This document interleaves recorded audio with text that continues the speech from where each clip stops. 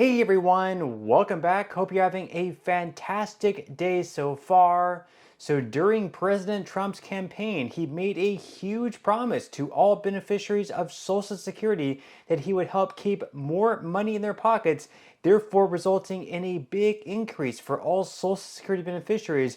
In today's video, we're going to be covering what that promise is, why he's now doubling down on that promise now that he's in office, and why this could actually be fulfilled, because it happens to be bipartisan. We have Democrats behind it, we have Republicans behind it, so there is a very good chance this can actually pass. But before we go ahead and dive into it for today, if you would like to receive up to $200 in free stock or $200 in free cash, in a pinned comment below, I will be leaving a link to Robinhood.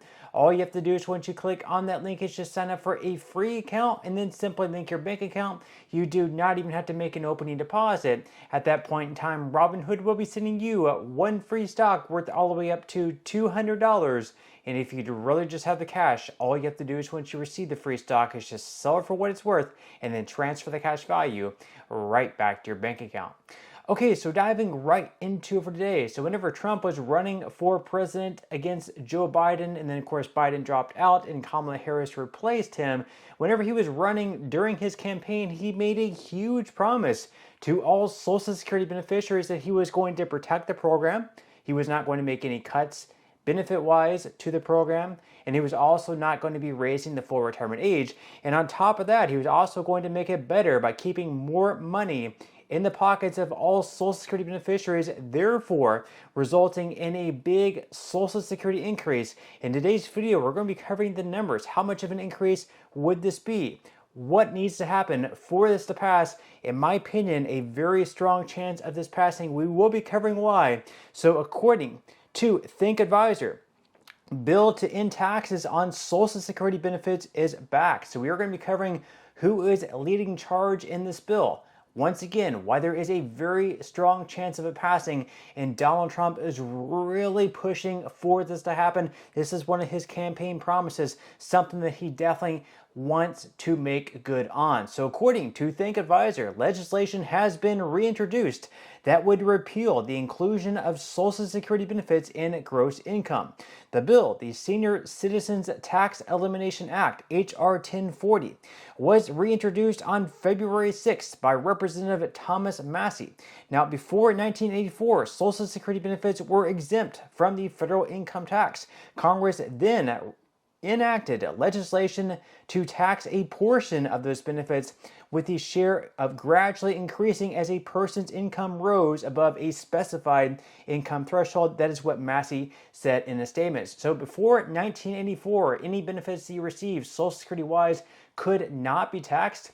Didn't matter whether you're receiving, let's say, $2,000 per month back then, which was a lot more than what it is today, or whether it was $3,000 or whether there was $1,000. None of that money would be taxed. But in 1984, they actually made it so it would be taxable, which really didn't make any sense considering that during your working careers, let's say that you work 30 or 40 years, and during those 30 or 40 years, you're paying a portion of your income tax-wise into Social Security. So if you're an employee, you're paying 6.2%. If you're self-employed, you're paying 12.4%. So you're paying all of these taxes during your working years into the pot, the Social Security Trust Fund. So whenever you go to collect from that pot later on, which you already contributed to, they're once again double dipping, re-taxing what you were already taxed on. So it really didn't make that much sense.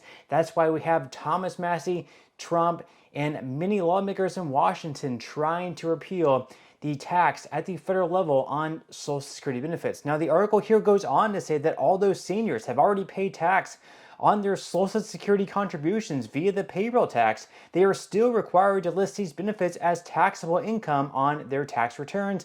This is simply a way for Congress to obtain more revenue for the federal government at the expense of seniors who have already paid into Social Security. My bill would exempt Social Security retirement benefits from taxation and boost the retirement income of millions of older Americans. Now, the Senior Citizens Tax Elimination Act would amend the Internal Revenue Code to terminate the inclusion of Tier 1 railroad retirement benefits and Social Security benefits in an individual's gross income, is what Massie said. And another crazy thing about the Social Security tax is whenever they first had this come out in 1984, before it was ever taxed before. They set, tax brackets. And we also have tax brackets, just on general taxes at the federal level. So you might have to pay, I think it's like 10% the first $20,000 you earn, but this gets lifted up every single year because of inflation. So it might be like the first $20,000 you earn, you might pay 10% on. But then the next year that will be lifted up to, let's say, like $21,500 because of inflation that's taking place. Well, the tax brackets for taxation on Social Security benefits, those have never been adjusted for inflation since the 80s. So even though there's been a lot of inflation that's taken place in the last 40 years, these income brackets, they have not been adjusted for inflation. So while the cost of living adjustments have been higher and higher every single year, and people are earning more and more in Social Security benefits every single year, we also have a higher percentage of people paying taxes from their Social Security benefits because the tax brackets have not been adjusted for inflation, which in my opinion at least is completely ridiculous. But leave your thoughts and comments below. Now the article here goes on to say that the Senior Citizens League estimates that eliminating taxes on Social Security benefits, which President Donald Trump has promised, would save the typical senior household about $3,000 annually if implemented in 2025. So basically, by saving $3,000 per household, so it might be a single person living by themselves, or it might be a married couple. In the case it's a married couple, it would be $1,500 per person. That is a lot of money that they'd be keeping back in their pockets. Is basically a $1,500 to $3,000 increase by not having to pay $3,000 in taxes back to the federal government, money that you are already taxed on, that you are once again being taxed on. This would be great, I think, at least in my opinion, but leave your thoughts and comments below. Now they go on here to say that in its analysis for the upcoming edition of its monthly newsletter, the league estimates that a typical senior household would pay $3,940 in federal income taxes if Social Security benefits were excluded, compared to an estimated $7,022 under the current law, resulting in a savings of $3,082. Eliminating taxes on Social Security benefits would also help retirees regain buying power they've lost due to cost of living adjustments that don't keep up, the Senior Citizens League said. So basically, we have different formulas for what the cost of living adjustment is. Right now, they are using something called the CPIW, or the Consumer Price Index for urban wage earners and clerical workers. Now, the formula they use for that is more so the expenses that you might see, like people still in the workforce, not yet retired, spending on, whereas they have another formula that's called the CPIE, which would be the Consumer Price Index for the elderly, and it more so factors in the expenses that we see retirees typically spend on, such as healthcare expenses. Now, the CPIE is typically, on average, year to year, a little bit higher than the CPIW. So over the years, the CPIE has been higher than the CPIW. So, we've had a lot of seniors, people receiving Social Security benefits, losing buying power over the years, just because the CPIW is not keeping up with the expenses that seniors are typically spending on.